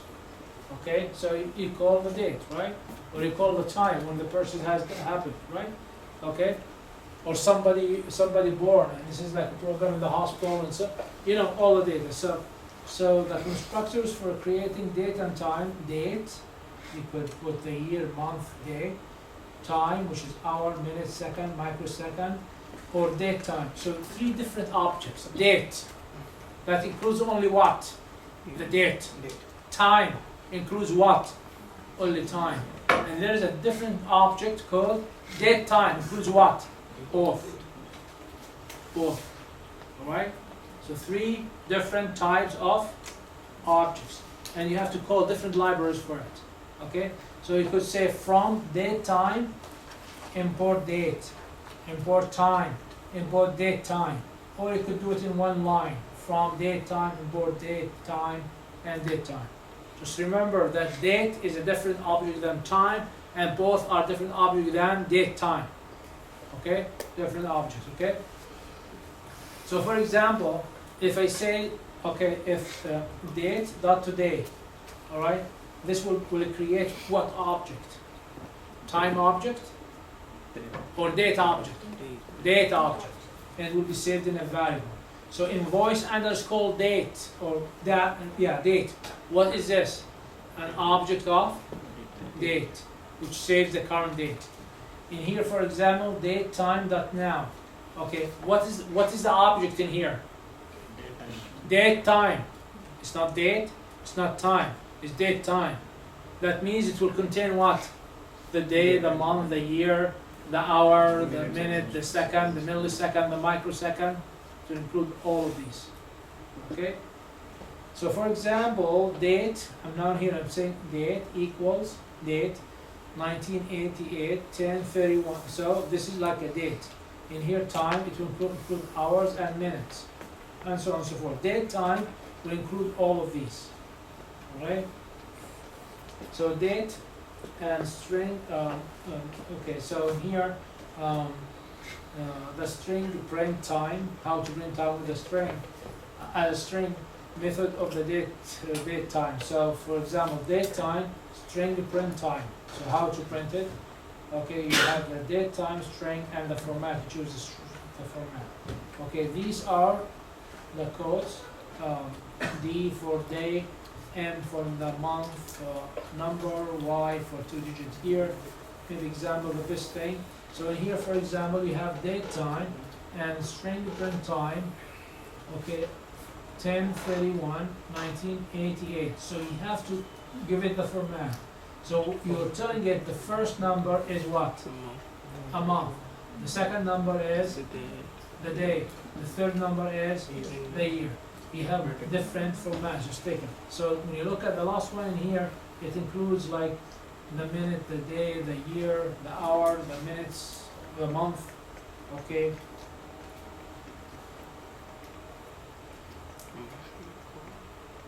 So code that gets a date that gets a date from the user and it prints it to the console. So for example, you ask the user enter your birthday. Will enter the month, then the month, the day, then the year, right? So you need to format it and print it. So you say date, spring, and month, day, and spring. Anyways, you got it. Same thing with the time format. You could take a look at that. One important function we have is the time delta. The time delta, the difference. So you could minus 2 dates. You could minus 2 dates. You could add 2 dates. Okay, not 2 days. Days to the dates. So for example, okay, so the meeting is today. I need to add 10 days to this day, or take 10 days from today. All right. I need, for example, to minus birthday from the current day. From now, today from the birthday. I know how many days this person was living, or how many years, right? Okay. Invoice. There is a date for the invoice. Okay, and there is due date. Okay, due date and current date. I would like to know how much the invoice is overdue. I have to minus them. Delta. Okay. So all of this, it's available for you, just functions. A matter of calling functions and using them easily. So for example, in here, delta time. Okay, take example in here. So for example, when I say 3 weeks, okay, time delta weeks equals 3. So what I'm doing in here, I'm creating a time spans for 3 weeks. 2 hours, 30 minutes. Delta time 2 hours and 30. So I'm creating time span. Time delta 2 weeks, 3 days, 8 hours and few minutes. Okay, minutes, right? So I could add, for example, day to day to the time span 3 weeks, and it will be saved where? In a variable, date time variable. In here, for example, date time now and 3 hours from now. So I could do all of this time math. 3 attributes and method of time data. So I could know the days, the seconds, the microseconds, and the total second as a method. So for example, let's take one more example and call it off.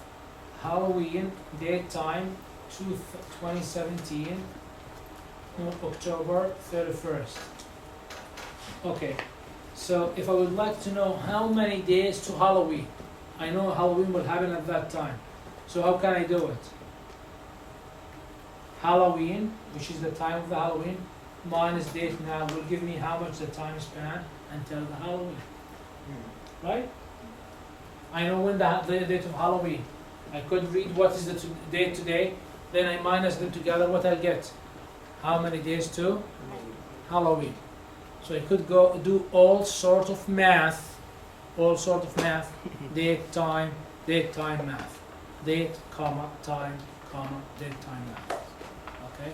And it's all available for you with the library. Just you have to know how to use it.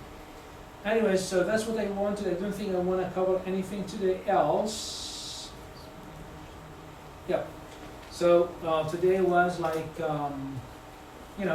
we covered a lot of material. Okay. So let's just refresh our memory what we have covered today.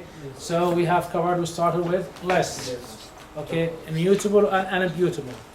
Immutable, right? Then tuple, immutable. Then strings, immutable. Then dictionary.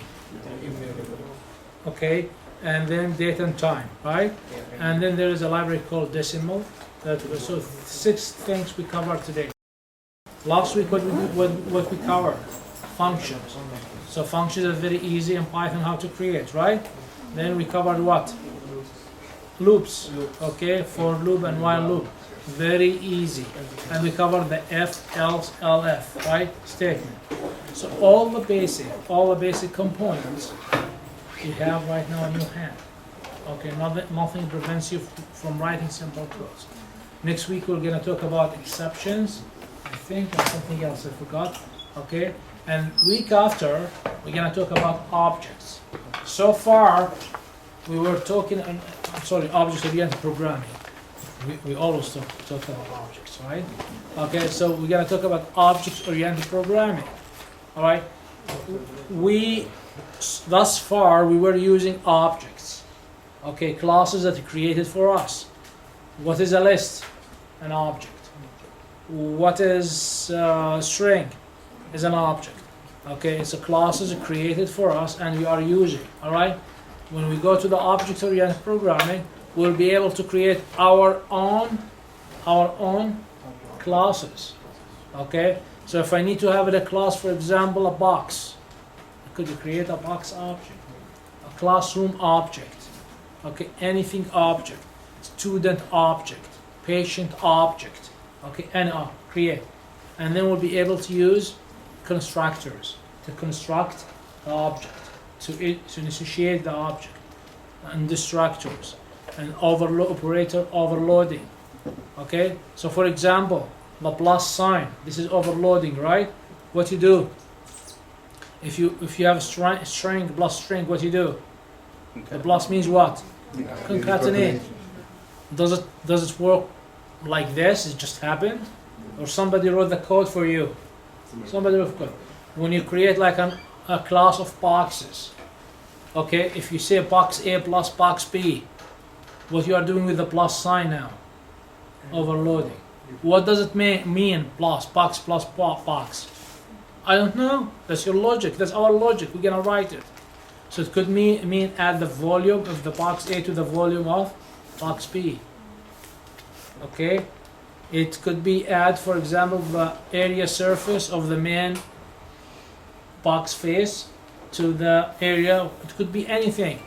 When I add a rope to a rope, or a line to a line, or subtract, or multiply, or whatever, we will be able to do all of that. Okay, we're able to use objects already created for us. Okay, classes. What a class has? Members, values, and methods. The methods we use created for us. Okay, for our object, we'll be able to create our methods, our logic. All right. So all of this, you'll have all these tools in your hand to create any program you want. All right. One more thing is, all of these methods are combined into libraries. Okay, math, for example. What is a math? It's a class. Okay, we need to use it. We don't have to write it again. We have to include the library, and then it's available for you. Same thing with your classes that you're gonna create. Okay, you're gonna convert it to a library, kind of, and call it from anywhere you want, or give it to anybody. Call it. So that's what. Okay, when you do your projects will be built from multiple classes. So if there's a group of 3, you write one class. This class will be called from the main function or main class, let's say, and will do the job. Sometimes once you have a good box, a good object, a good whatever class, all you have to have a manual how to use it. You don't care how it's written. And an example, the sort method we used in here. Do you know the code inside it? Do you care to know? I do. Okay, but you don't have to. Okay, but you know how to use it. So you could create a whole class, a whole thing, a whole project, and just to create a manual. If you need to use this method, use it this way, and this method this way. That's how it is, right? For that, we have to learn also exceptions and okay. Now, I have 5 minutes still. Okay, now, when you write a code, all right? So usually what you do, okay, you have to get data. Okay, usually any code, your code has inputs and has outputs. Inputs and outputs, right? What is the most simple input? Coming from where? Keyboard. The keyboard. What command you use for it? Input. Okay, input, right? Input, enter your age, 29, right? Input, okay? Okay, what is the other source for input usually comes? File. File. So we need to learn how to be able to read data from files. Files could be binary and could be text, right? How to read the data from a files. Alright? What else? You could write it from Database. input from database. Database. From a database. How to be able to read it from a database. It's different inputs. Nowadays, mostly the data coming from where? From database.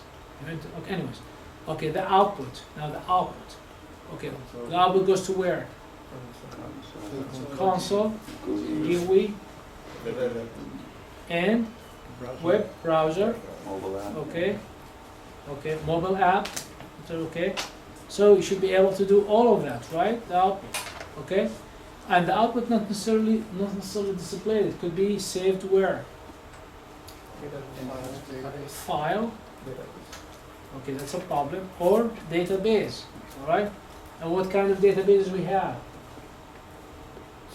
Rational database, relational database, okay, and no, we call it SQL based, and NoSQL. NoSQL, what the other thing for NoSQL database? Big data. Big data, right? Alright? So that's the whole picture. The whole picture, alright? For any project, nowadays, most of the projects, any project you're gonna use, okay, it's enterprise. Enterprise means what? Back end, engine, and front end. Front end. Okay? Back end, that means what? Database. Okay? File structure, whatever. Okay, it's everything. Okay, you have to have a good knowledge in that. Alright? And you have engine. What engine means? Coding. Code. It could be Python, it could be simpler, it could be like JavaScript, it could be Java, it could be anything, okay? Alright? And the front end, what's the front end? Web.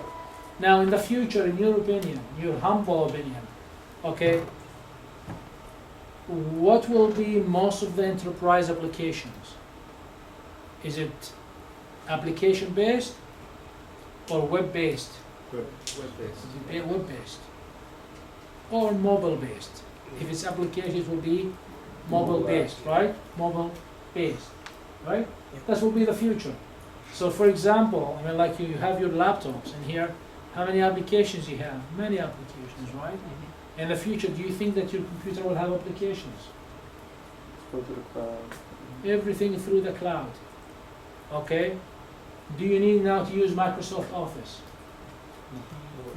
I mean, what do you use? The children in the school, what do you use? Google, right?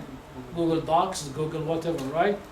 And Amazon have the same thing, Amazon Docs, and okay. It will be all from the browser. Let's say that you need to have a MATLAB.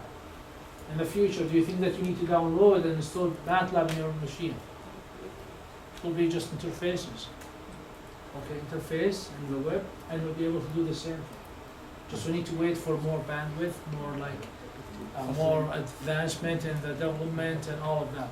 So basically, that's is called enterprise. Okay, and if you need to be a good programmer, okay, good programmer, you have to have the three components.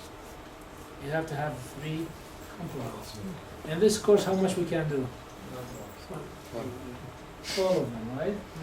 Okay. We'll teach you a little bit about like interface to the database, simple database engine. Okay. And we'll teach you one of the packages for GUI. All right.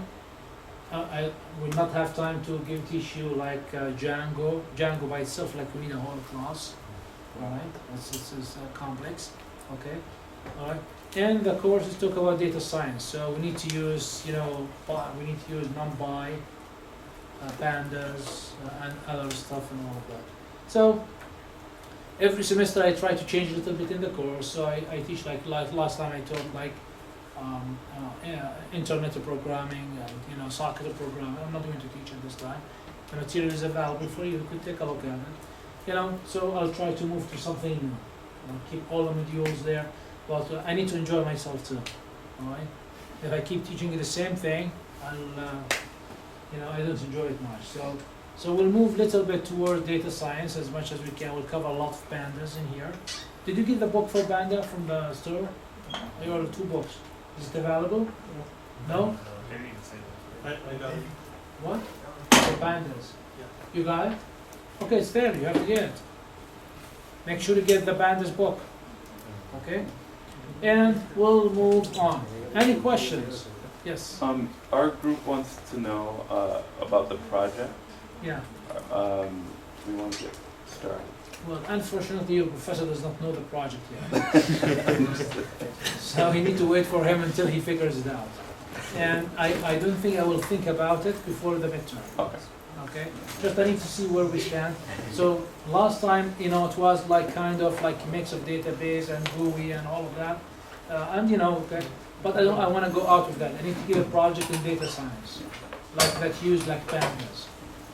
Which means what?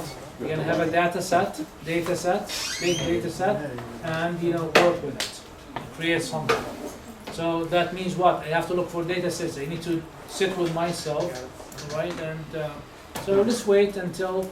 My advice for you, if you are not busy yet in this course, all right, just go in the PowerPoint. You have all the material posted, right? Keep going and solving the problems, okay, and so doing all the homework, and don't wait for us. If you are advanced, okay, you know a lot, just go forward and get ready, because that will add up. Go to object-oriented, go to different things, all the material is already posted for you. Okay, you think that you know most of the stuff here, go to data set, go to the pandas, all the PowerPoint, start playing with it. And knowing Panda, for example, is the first thing you need for your project. So move on to pandas if you think you have time with your project. Right? Any questions? Any questions? All right. Are we all still happy and friends? Yeah. Good. I need to keep it this way until the midterm. After the midterm. All right. Thank you so much.